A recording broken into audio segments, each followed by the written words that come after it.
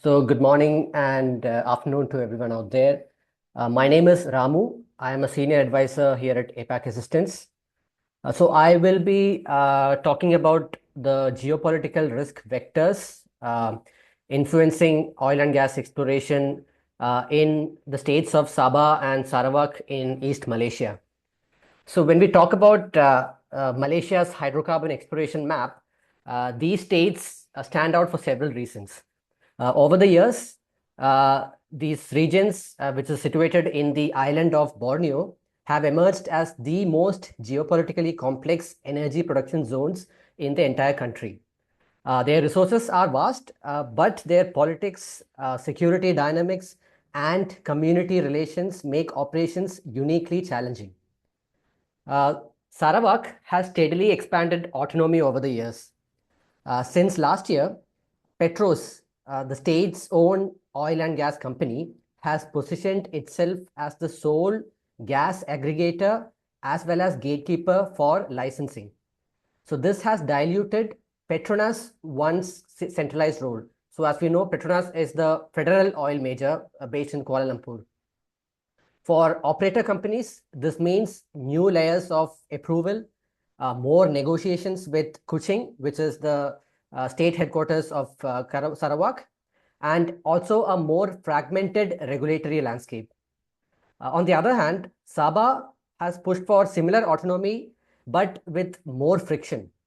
Politics there are unsettled, and oil and gas issues tie directly into wider electoral tensions ahead of the state elections due later this year. As for the security environment, the security offshore is stable overall, but not without concern. Just earlier this year, in March, Malaysian forces intercepted suspected cross-border smugglers near the Sabah coastline. It was not a direct threat to oil platforms, but still it reminded us how porous these waters remain. The role of external actors, particularly Chinese maritime presence, adds another dimension. So Beijing's Coast Guard and militia vessels continue asymmetric gray zone operations in the South China Sea, and these occasionally push close to Malaysian waters. While Sarawak's exploration areas are not regular flashpoints, the risk of harassment or even surveillance cannot be totally discounted. So one important disclaimer that I wish to provide here is that threats from non-state actors in the southern Philippines have reduced dramatically over the last half a decade. The armed forces of the Philippines, together with Malaysia's own ESCOM, which is the Eastern Sabah Security Command, have cracked down successfully on these militant groups, in particular the Abu Sayyaf, and even integrated many of the former recruits into mainstream society.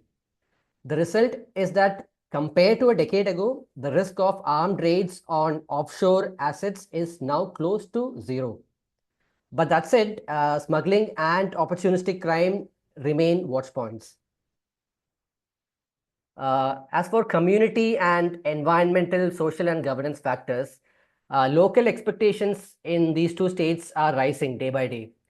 In Sarawak, indigenous communities are more assertive in demanding revenue sharing, environmental safeguards, and discernible social benefits.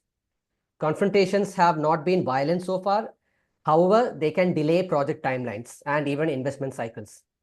In Sabah, political leaders increasingly link resource issues to campaign rhetoric, especially since the elections are due. And this can raise the stakes around concessions and royalty payments. At the same time, Malaysia's ESG baseline is tightening. Since last year, the national regulator has pushed stricter environmental reporting and carbon emission commitments. For multinational stakeholders, this particularly raises reputational exposure if local community or environmental grievances flare up.